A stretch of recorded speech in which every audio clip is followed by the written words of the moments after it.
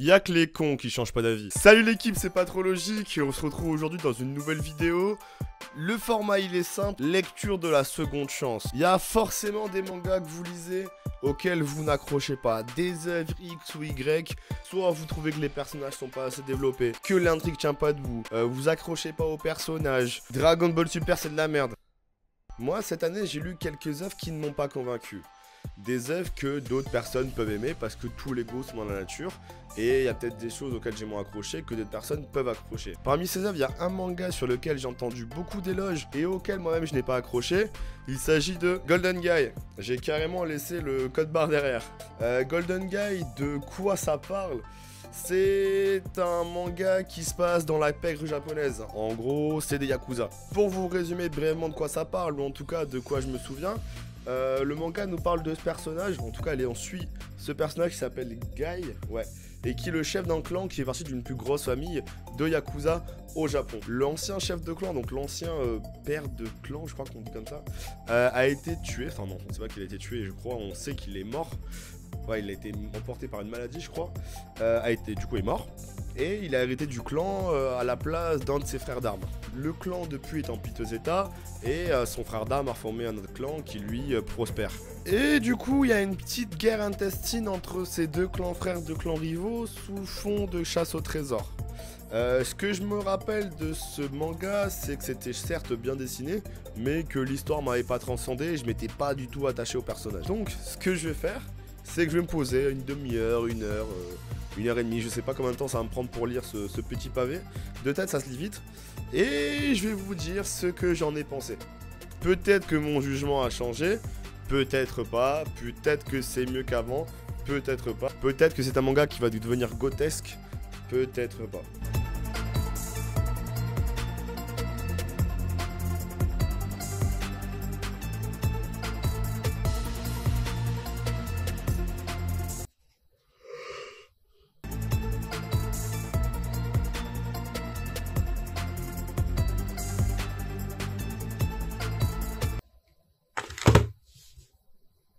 Bon les gars, je vous reprends, le temps de réinstaller un petit peu la caméra, réinstaller vite fait les lights.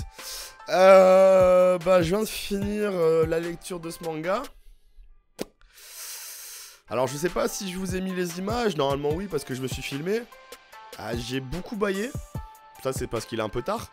Mais surtout, c'est pas fameux hein. Au niveau du ressenti, qu'est-ce que je peux vous dire? Déjà au niveau positif, ça se lit super bien. Je crois que j'ai regardé le rush que j'ai fait au niveau de l'enregistrement, ça m'a pris entre 20 et une demi-heure. Pour moi, c'est un point positif. Le manga est assez épais. Attendez, je vais vous ressortir. Le manga est assez épais, le lire aussi rapidement, c'est-à-dire que l'histoire est fluide, qu'il n'y a pas trop de problèmes de compréhension. L'action est lisible, il n'y a pas besoin de passer 3 quarts d'heure sur une page pour comprendre l'action. Ça peut être également un point négatif. Le manga, je l'ai acheté au prix de 8€, 9, enfin 7,95€. 7,95€ pour une demi-heure de plaisir, ça peut faire grincer les dents. Au niveau positif également, les dessins sont très bien. Il y a une attention portée au détail dans les scènes de violence, dans les scènes d'action, dans les scènes tout court en fait. C'est très bien dessiné, c'est très soigné. On voit que le dessinateur ou l'auteur, je crois que c'est un seul auteur, hein. Attendez, je vais reprendre le manga. Ouais, Jun Watanabe, donc du coup il est autant au scénario qu'au dessin. Il maîtrise le dessin, ça y a pas de problème. Par contre pour le scénario, déjà je trouve le scénario est un peu feignant. Donc attention, je vais spoiler comme un sagouin. Il y a des choses à expliquer, des récits un petit peu historiques. Ils sont expliqués de façon hyper abrupte. Je crois qu'au début du manga justement on a des inserts de narrateurs. Bon, si l'insert narrateur, c'est un peu un monologue narrateur, c'est un peu la technique qu'on peut utiliser quand on ne sait pas comment implémenter ça dans l'histoire naturellement. Ensuite, pareil, vers le milieu du roman, on a un redit de ces internarrateurs avec 2-3 éléments apportés en plus. Ça fait un peu... comment vous expliquer? Ça fait un peu... cours d'histoire, voilà, donc personnage A, personnage B qui raconte vraiment une histoire, ce qui s'est passé, un peu ses motivations, ses enjeux. Ça fait très méchant de Disney qui raconte à la fin du film contre le héros un peu son plan. C'est un peu feignant, moi je trouve, au niveau histoire. Ensuite, au niveau rythme de l'histoire, bah c'est pareil, ça j'accroche pas du tout. En fait, j'ai l'impression que ça va trop vite. J'ai l'impression qu'on n'est pas posé. Oui, je suis au courant qu'au Japon, un manga doit aller vite, direct à l'action, direct droit au but, sinon bah il est supprimé. Sauf que là, j'ai l'impression que ça va à 100 à l'heure. Alors je sais qu'il y a 3 tomes déjà de sortie en France et qu'il y en a encore plus au Japon. Mais là j'ai l'impression que le premier tome il va one shot. Allez, on va à tout à l'heure, enfin on va à toute vitesse. On s'attarde pas trop, on prend pas le temps de s'accrocher au personnage.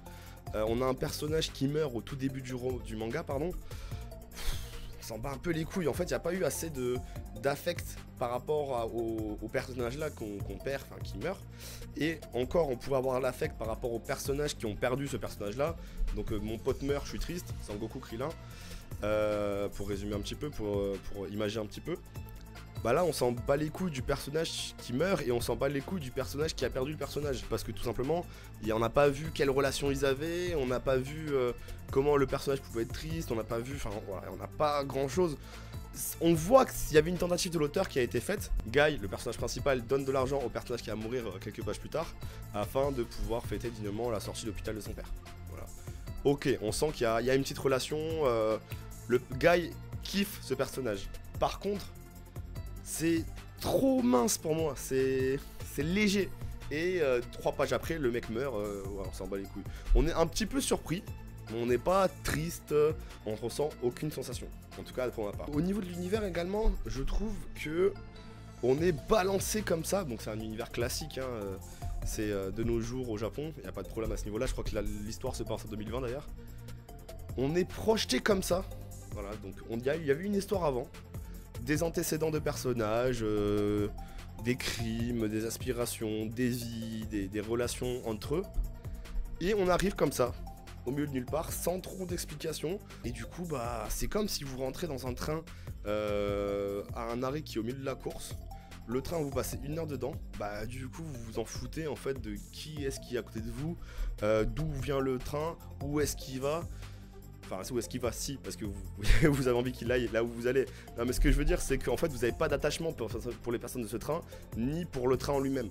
Bah, pour moi, c'est pareil au niveau de l'histoire. J'ai aucun attachement pour les personnages que je viens de rencontrer. J'ai aucun intérêt pour l'histoire. On sent que ça met en place des petites pièces pour la suite, mais ces pièces, elles sont super grotesques. En gros, c'est une chasse au trésor, pour caricaturer. On a le personnage principal qui, supposément, détient le trésor sans le savoir. On a son antagoniste qui sait que le personnage principal a le trésor et qui veut l'avoir. Et fin du manga, on apprend que t'as un personnage tierce qui lui aussi veut le trésor et qu'il a promis ça à sa daronne. Mais ça fait vraiment... je suis au courant de rien. Je suis au courant de tout, je suis le méchant. Je suis là, moi aussi, m'oubliez pas. Révélation des aspirations de chacun. Je demande pas non plus une Naruto avec Pain ou à la Hunter x Hunter avec 40 pages de flashback. Mais faites un petit effort quoi. Enfin là je trouve vraiment c'était hyper feignant. Au-delà de ça, le manga a des qualités que je peux sentir, je peux comprendre pourquoi certaines personnes peuvent accrocher. Si vous-même vous avez accroché, bah tant mieux pour vous. Au final c'est moi le con dans l'histoire. J'ai acheté un manga que je n'apprécie pas, une histoire auquel je n'accroche pas. Vous avez kiffé, tant mieux pour vous. C'est ma faute, tant pis, j'ai perdu une source de kiff que vous n'avez pas perdu. Plutôt que de me croire sur parole, si vous avez envie de découvrir l'œuvre, bah découvrez l'œuvre. Il y a plein de personnes qui m'ont parlé, vous pouvez même potentiellement trouver les scans de façon plus ou moins légale, trouvez peut-être le manga d'occasion, faites votre propre avis et ce sera mieux pour tout le monde. Moi, je n'ai pas accroché malgré la seconde relecture, donc Golden Guy va partir à la revente. Si ça vous intéresse, comme d'habitude, vous connaissez le Vinted en description. En attendant l'équipe, si le format vous a plu, bah, n'hésitez pas à me le dire en commentaire. Ça pourrait peut-être me pousser à faire d'autres œuvres que je n'ai pas aimées cette année. Par exemple, Violence Action. N'hésitez pas non plus à lâcher le petit like si la vidéo vous a plu, le petit abonnement si vous voulez voir la suite. C'était pas trop logique. Salut l'équipe. Voilà.